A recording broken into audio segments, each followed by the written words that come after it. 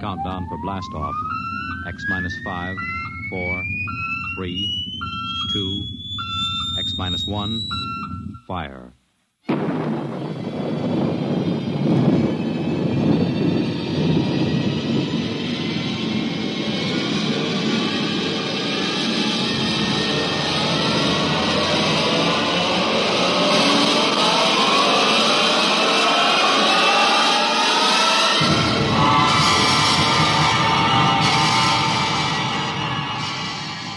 From the far horizons of the unknown come transcribed tales of new dimensions in time and space. These are stories of the future, adventures in which you'll live in a million could-be years on 1,000 maybe worlds. The National Broadcasting Company, in cooperation with Street and Smith, publishers of astounding science fiction, presents X minus 1.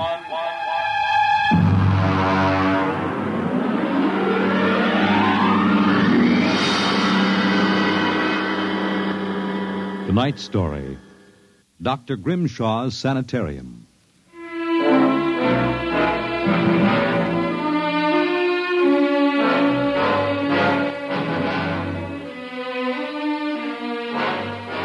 What you will hear in the next half hour represents either a magnificent hoax or the true explanation of the famous Grimshaw Sanitarium scandal which made the headlines back in 1947. The manuscript upon which this account is based was removed by the New York State Police from a fountain pen cover found in the doorway to Dr. Grimshaw's study. We offer this manuscript as evidence only. Whether it is authentic or not, you must judge for yourselves. My name is John Dougherty. I'm a graduate of Hamilton College, class of 34, a member of Theta Alpha. I'm one of those fools who wanted some excitement in life, so instead of going into my father's shoe business, I became a private detective. These are facts. You can check them if you like. The rest of what I write here is so fantastic that I don't expect it to be believed. If anyone should find this manuscript and read it, all I ask is that you notify Miss Millicent Armbruster of 299 Wallace Avenue, Buffalo, that Johnny Dougherty is dead. On the evening of July 1st, Miss Armbruster and I were driving to a wedding. Not our own, although I wish it had been. It was Sunday, and in order to avoid traffic, I took the Old Mill Road, a single-lane dirt affair that runs past the Gowanda Cemetery. Johnny, aren't you going too fast? Not for this road. There's nothing around except some tombstones and... Johnny, the gate to the cemetery. Well, what about it? That hearse, look out! Look out! We skidded for about 20 feet and slammed into the back of the hearse. The two rear doors buckled and snapped open. It was a freak. A huge oak coffin with brass handles tipped up and began slowly to slide back toward us. Oh, how horrible. You stay right here, baby. You okay, Mac? You don't pay much attention to speed limits, do you, Jack? Now, look, let's not get hung up on who was right and who was wrong. I was going too fast, and you were traveling without lights after dark. Let's see your driver's license. Right here. Oh. Private eye, eh? Now, if you don't mind, who does this joy wagon belong to? Gowanda Funeral Service. It's being rented to Grimshaw. Who? Grimshaw from the private sanitarium. Mind if I ask what you were doing after dark coming out of a cemetery with a wooden kimono? We're moving one of Grimshaw's patients to a new grave. They always travel like this? Look, Hawkshaw, how about skipping the third degree and giving me a hand getting this box back in the wagon? A pleasure. Better screw on that cover again. It's going to slide off. Let's get it in the hearse first. Okay, Junior. You get on that end. Okay. You ready? Yeah, lift. Now, just slide it. Oh, brother, who's in there, King Kong? Look out for the cover. I told you that would happen. What's the guy's name, Junior? Oh, why don't you ask him, Sherlock Holmes? A real wise guy, huh? I've got half a mind to report this accident. Yeah, well, go ahead. See where it gets you. Now, if you'll pardon me, I'll deliver the body.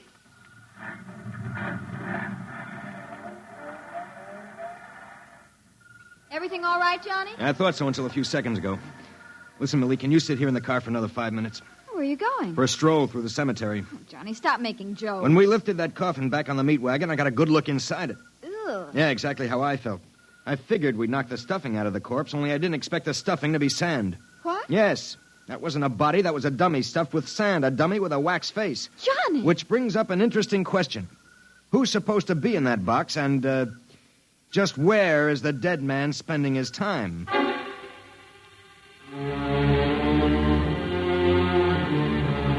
Sometimes in my business, when things drop off, you have to go out and, dig up new clients. My next case was a gentleman named Harlan Ward Sr., a wealthy automobile manufacturer. I'd gotten his name off his son's tombstone. Are you trying to tell me, Doherty, that my son Harlan was never buried at Gowanna Cemetery? Exactly, Mr. Ward. But why? Maybe if you'll tell me the circumstances surrounding your son's death, I can help answer that. My son was a rather impetuous young man. Tall, good-looking. After his graduation from Princeton, he began drinking quite heavily. After he got into a couple of scrapes, we sent him to Dr. Grimshaw's Sanitarium in the hopes that he could be cured. While my wife and I were in Europe, we received word that he died, buried at Gowanna in our absence. Last week, my wife and I decided to have his body removed to the family vault here at Short Hills. How'd your son die? Suicide. You never saw the body? No, we couldn't get back from Europe in time. Now you tell me that his coffin contains a dummy. How do I know this whole thing isn't a plan to fleece me? You don't. But you're a rich man, Mr. Ward, and you're perfectly willing to take a chance that I'm on the level and that your son may still be alive. You sound very sure of yourself, Mr. Doherty. My fee is a $2,000 retainer plus expenses. What sort of expenses? However much it costs to take the cure at Dr. Grimshaw's Sanitarium.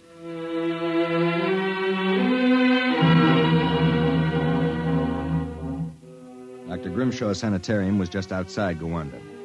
Most of the cases were nervous breakdowns and alcoholics. I committed myself as a dipso, and just to make it convincing, I stopped at 5 or 6 bars on the way over.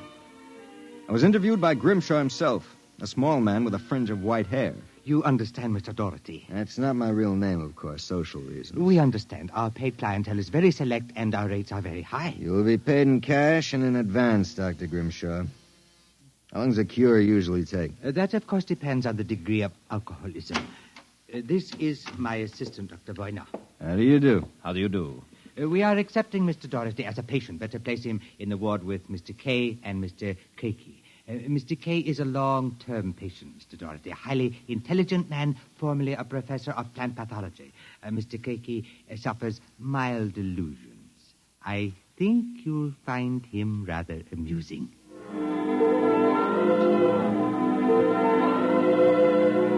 After about 3 days, my roommates Arthur Kay and Crakey got used to me. And we even began to play three-handed bridge. Kay was a chronic dope addict, an intelligent, sensitive man. Crakey was nothing but a clown. He kept a big black cat named the Professor, which he talked to as if it were human. And so I said to her, my dear Countess, if you don't like the company of my cat, then you don't like me. She looked at me as if I were insane. But, of course, the joke was on her because I was. Professor? The professor is very sociable. Excellent company. Except when he kills birds and deposits them in your bed. He's nothing but a feline murderer as far as I'm concerned. Ah, see? You have insulted him, Mr. K. Come here, Professor. Let's make friends. How about giving me your paw? Oh! Scratched me, you black devil. You insulted him. You hurt his feelings. Well, just keep him away from me. It will be a pleasure. I would advise you not to insult him again. Good afternoon and evening. Is he always as nuts as that? Ever since I've been here. What's his problem? Manic depressive. And a little paranoid, too. How long have you been here, Arthur? At Grimshaw's 2 years. I left for a while, but I couldn't stay away from the junk, so I committed myself again. Did you, happen to know a patient here named Harlan Ward? Why do you ask that? Did you know him? I met him socially a few times. I understand he died here. So the newspapers said. I wouldn't know. Suicide, wasn't it? Was it? You're being pretty careful, aren't you? Mr. Doherty, what would you say if I were to tell you that I don't believe Harlan Ward is dead? What? makes you so certain? He used to share this room with us. He slept in the same bed you now use. I see. He was an alcoholic, doing quite well, too. From what I could observe, we all expected him to go home soon. Then one evening he had a violent fight with Crakey. Crakey accused him of snooping or something.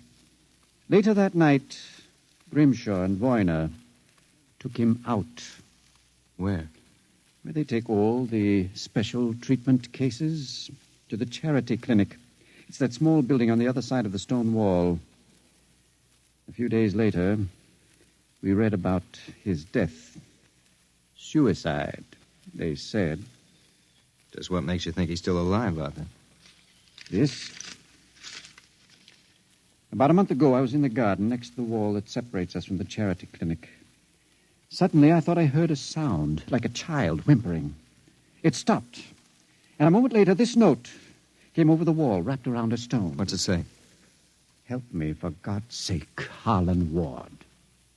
Arthur, how would you like to have some fun? Like what? Like sneaking out tonight and going over the wall to the charity ward? What do you say? It would break the monotony a little.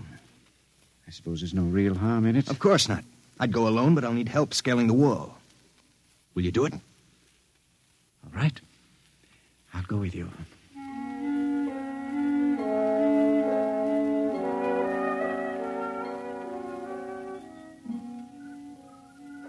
Up. All clear. Give me your hand and I'll lift you. Be careful when you drop. Ready? Go ahead.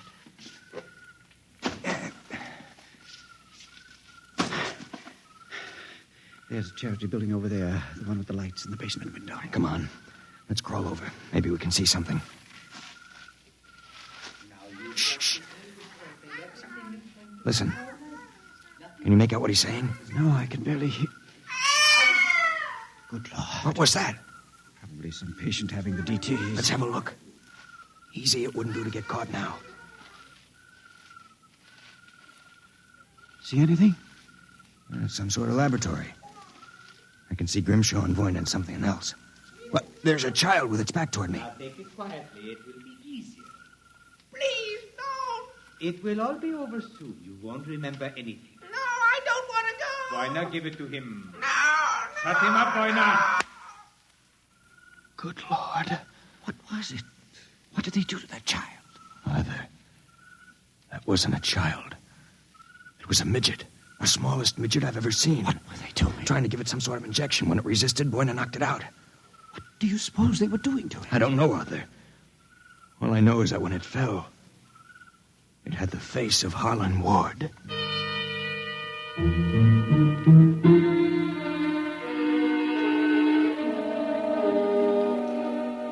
All the way back to our room, my brain was working like some frantic pinball machine. Only the score somehow wouldn't add up. The pieces were there, all right. A crazy old doctor, a brutal assistant, a private sanitarium, and a midget with a dead man's face. I thought that when I got back to our room, I'd have some time to think about it. I'd forgotten about our friend, the happiness boy, Count Crakey. So, I've caught you. Fine, you've caught us. Now how about crawling back into the woodwork like a good little count? Where were you? Mink hunting. Arthur and I like to go mink hunting at night. You make fun of Count Crakey? I shall report you to Dr. Voyner. You'd better not if you know what's good for you. So, you threaten me? Me, Count Crakey? I shall scream for help. Help! Help! Did you hurt him? Just knocked him out. What do we do now? Put him to bed. Hope that when he wakes up in the morning, he's forgotten the whole thing. And if he hasn't? He's too crazy for them to take seriously anyway. Come on, let's get him back into bed.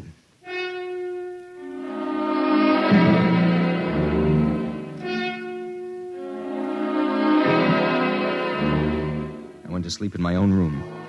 And the next thing I felt was the sharp jab of the hypodermic needle in my left arm. Hold it. It'll be useless to struggle, Mr. Doherty. In a moment, your motor nerves will be completely paralyzed. What's this about, Grimshaw? I might ask the same of you. My good friend Count Crakey informs me you and Mr. Kay decided to do some snooping earlier tonight. He followed you and saw you climb the wall. Crakey's insane. Mr. Doherty, that is a matter of opinion. Crakey, what is this? Perhaps my assistant, Dr. Grimshaw, would be good enough to explain. Assistant? Yes. You see, I am the actual head of the Grimshaw Sanitarium. Count Craigie feigns many delusions, Mr. Doherty. But in this case, he is telling the truth. Count Craigie is actually Professor Ernst Hassler. Professor Hassler and I worked together in the Berlin Neurological Institute before and during the last war. Unfortunately, my political affiliations with the Third Reich were under investigation by the War Crimes Commission. However, Dr. Grimshaw managed to smuggle me into this country, where I masqueraded as a mental patient in order that we might continue certain experiments which were interrupted by the American army. I can imagine the sort of experiments you conducted. You and your friend Mr. Kay will discover their exact nature very shortly, Mr. Doherty. It is a magnificent opportunity to serve science. I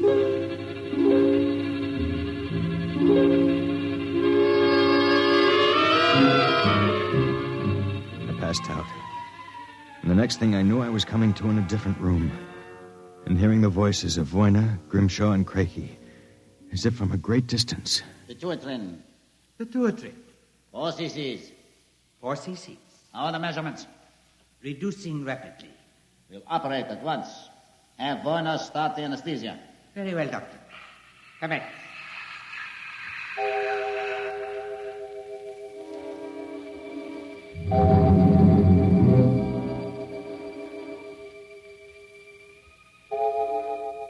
When I came to again, I had a blinding headache.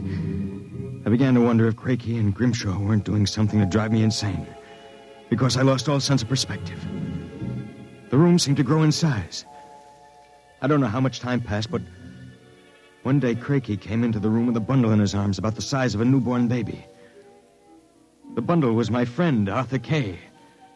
And worse yet, I was exactly the same size that he was. Let me out of here. Let me out. Allow me to congratulate you, gentlemen. How are you feeling? You dirty monster. I'm disappointed, gentlemen. Do you not feel privileged to be a part of an experiment that will place me at the very top rank of the world's endocrinologists? What are you doing to us, you madman? It has long been established, gentlemen, that dwarfism and giantism result from injury to or malfunction of the pituitary and thyroid glands. The interlock between these glands was thought to be a hormone. I have discovered that this was incorrect. It was an enzyme. An enzyme I isolated some years ago. I was well on the way to synthesis in Germany when the surrender interrupted me. The interruption also limited the number and type of subjects on whom I could experiment. I was forced to find others. Such as Harlan Ward? Mr. Ward was only a control experiment. I suppose you plan the same for us. No, gentlemen. For you, I have reserved a special privilege. You, gentlemen, will be the first to test the full effects of the enzyme. In short, I intend that you, Mr. Kay, and you, Mr. Doherty, when the experiment is completed, will emerge as perfectly healthy, normal individuals. Except, of course, that you will be only 5 inches tall.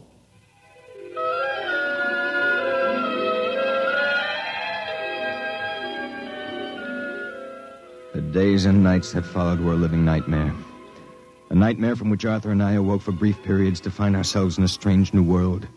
A huge, frightening world where everything seemed enlarged 100 times. When we finally emerged, we found ourselves imprisoned in a tiny mouse cage. Judging by the relative size of things, we could not have been more than 5 inches tall. Now we realized the experiment was at an end. That from now on, it was either escape or be destroyed. How's it coming, Arthur? Another moment. I think I'll have this lock worked loose. And if we escape, then what? We'll worry about that after we get out of this mouse cage. Suppose we don't make it. At least you've written the story on that scrap of paper. Someone may find it and read it. Nobody will believe it. Then why did you bother to write it? I don't know. I suppose I want the world to know what happened to me. That does it. Help me push the door open.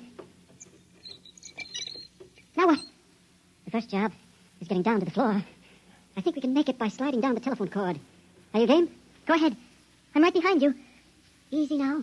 Look out! That does it. Now, if we can figure out a way to get out of the room, well, that should be... Uh-oh. Listen. Somebody's coming. It must be Craigie. We've got to hide. Here. The grate in the fireplace. He'll kill us if he finds us. Stay quiet. Well, my friends, Time for feeding. I trust that you... So, you have managed to break out. It won't do, you know. There is no way you could have gotten out of the room with the door and window locked. I know you are in here. I would advise you to save yourselves trouble and give up. Very well, my tiny friends. If you prefer to play the game of cat and mouse, then I shall be happy to furnish the cat. There is no way you can get out. What now? He's gone for the cat. If that monster ever gets in here, we're goners. There must be... Wait a minute. What? You see that thin strand of wire running along the molding? What about it? It's the automatic fire alarm. When the alarm is tripped by a fire or short circuit, all the locks are sprung so that the patients can escape from their rooms. If I can short that wire before Craigie lets the cat into the building, let's go. There's a tiny sliver of steel from the cage on the floor. I'll work with that. You keep an ear to the door. Go ahead. This insulation is tough as rawhide. Christ, this stuff. Hurry up, Arthur, for God's sake. There it is. Stand away. I'm going to short it. Ready? Okay. We made it. There goes the door. Let's make a run for it down the hall. If we can get to the garden, we've got a chance. I smell smoke. The short may have actually started a fire. Come on. Wait a minute. I have to go back. The manuscript. Don't be a fool. There's no time. Come on. You go ahead. I'll catch up. Hurry up. I'll wait in the hall. Only a second. I've got it. Come on. There's nothing to stop us now. Arthur? Where are you? It's funny. Arthur? Arthur? Arthur, what's happened to you?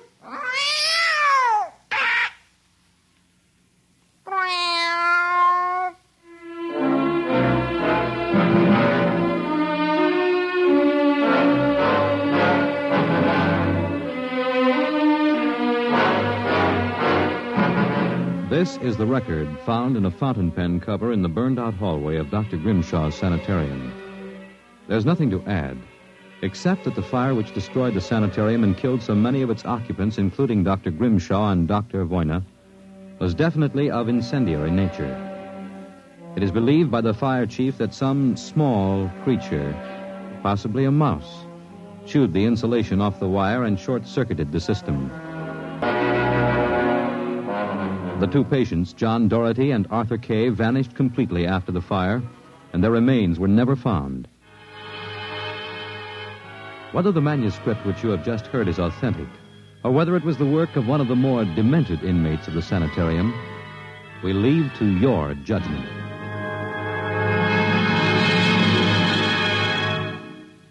You have just heard X-1, presented by the National Broadcasting Company in cooperation with Street and Smith, publishers of astounding science fiction. Your announcer, Fred Collins. X-1 was directed by Fred Way and is an NBC Radio Network production.